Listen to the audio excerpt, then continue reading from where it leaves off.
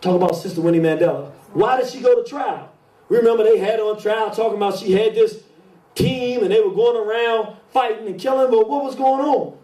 Little did we know she was in the middle of a crisis too. She says on her trial, she said the circumstances that led to it, she was informed by Philotti there was a sick young boy who was in a mansion in the care of Reverend Paul Veron, a white priest, and that this young boy had been sodomized. Her whole thing about starting this male protective unit came about because they got these crackers over there with this Christianity. Promoting Jesus Christ and the apostles and raping black children. And she said, wait a minute, this got to stop. And we see the sister fighting this whole thing. See, I could not believe that a minister of religion entrusted with children's lives would sexually abuse them. Children who could not make any other decisions but depend upon him. What kind of beast is this? Who wears a collar on Sunday and goes to preach to parents of these children and preaches the word of God even to some of these children. At night he becomes something else. No, he doesn't. You ain't know who he was when you saw him. We're going to have to go after this.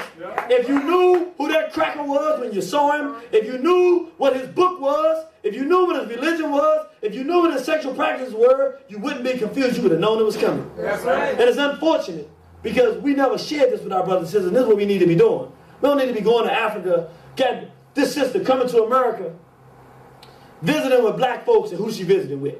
Is she visiting with black people who are going to tell her the right thing to do? No. Tell her to go. God put Winnie Mandela on this planet to start a war in South Africa and get them dirty, filthy, child molested crackers the hell out. That's right. She was on her way to doing it, and what stopped her? Christian. Let's go. Let's talk about this Christian church. Look, hey, I know it hurts, but let's be truthful. Does it inspire you to fight? Or does it inspire you to flight? If you're in this Christian church, let me tell you something. This is how you know the Christian church is garbage. The greatest preacher that stepped on these shores, and somebody might argue, I ain't going to argue with you too much. Somebody might say, Honorable Elijah Muhammad, I wouldn't argue with you. But I'm going to say it was Nat Turner, because he's my favorite. When's the last time you heard a preacher mention Nat Turner? A Christian, supposedly a Christian icon. You never hear it. How can you be in a church 18 years and never heard Nat Turner's name mentioned? Only people you hear mentioned is people that will run. Nobody that'll fight this cracker. That's how you know what you're part of is some garbage. Because all it makes you do is run. It makes you soft. It makes you not want to be a man. It makes you not want to have no manhood and not resist. And if you don't resist and you're racist in trouble, you're nothing. So they come here to this Negro. He used to be a good brother. Reverend Willie F. Wilson in Southeast Washington, D.C. Union Temple Baptist Church. Used to have a black community, had a nationalist community saying, yeah, we support this brother. We used to go there and say, we love this brother. We don't agree with Christianity, but you know what? You know what he's doing positive. We got to stop that. If it ain't right from the center, it ain't going to be right. We got to stop playing around with this stuff. Always, because we doing this work, and we want to see what's good, and we want to see something positive. Anybody that does a little something, Oprah Winfrey saying something about that, we got to stop that. You got to be right from the core. Then we can build on that. But if your foundation is wrong and weak, you wrong and weak. Yes, sir. Negro comes here, Winnie Mandela comes here, gives one speech and says, this is what I need you to teach me.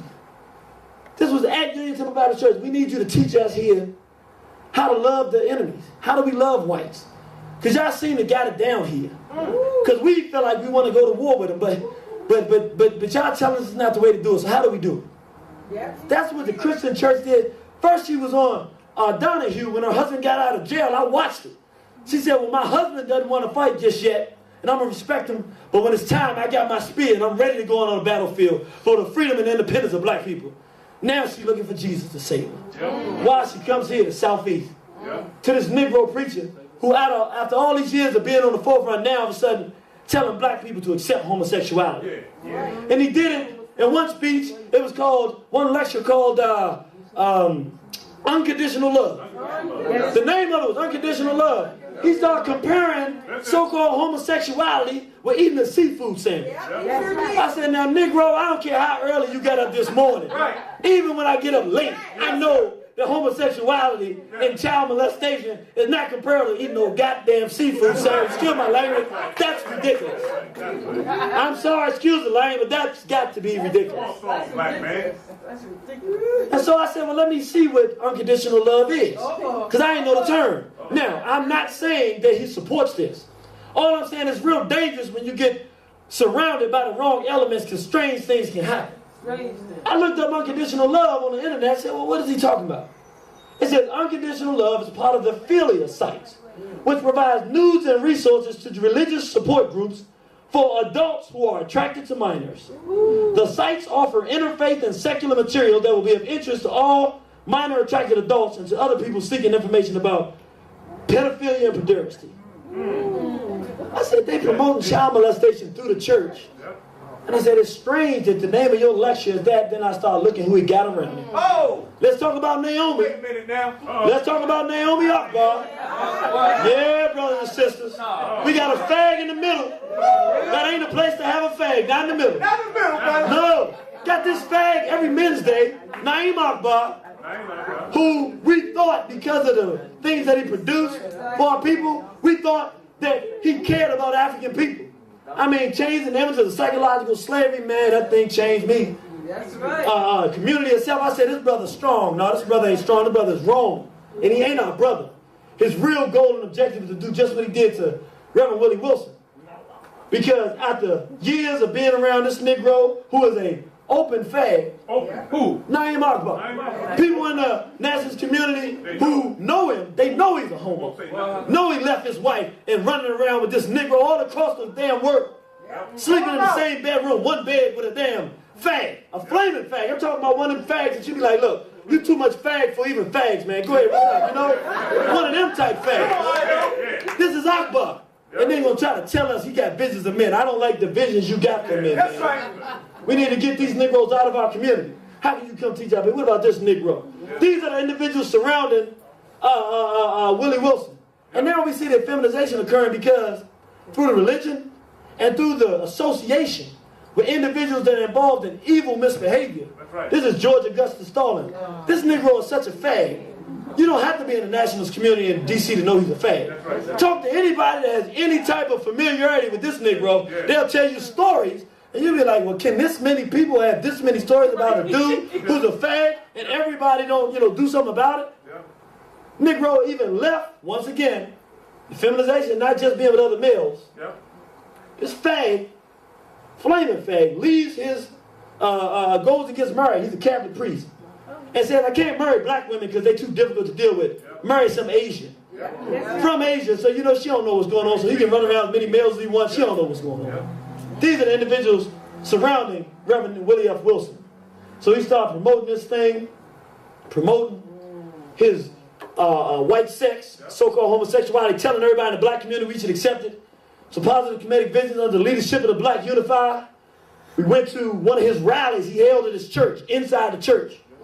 3-hour homo pro-white sex meeting. We going to our black BDUs, we sitting in the pews, about 300 homos, or 150, 200 homos. I ain't counting them.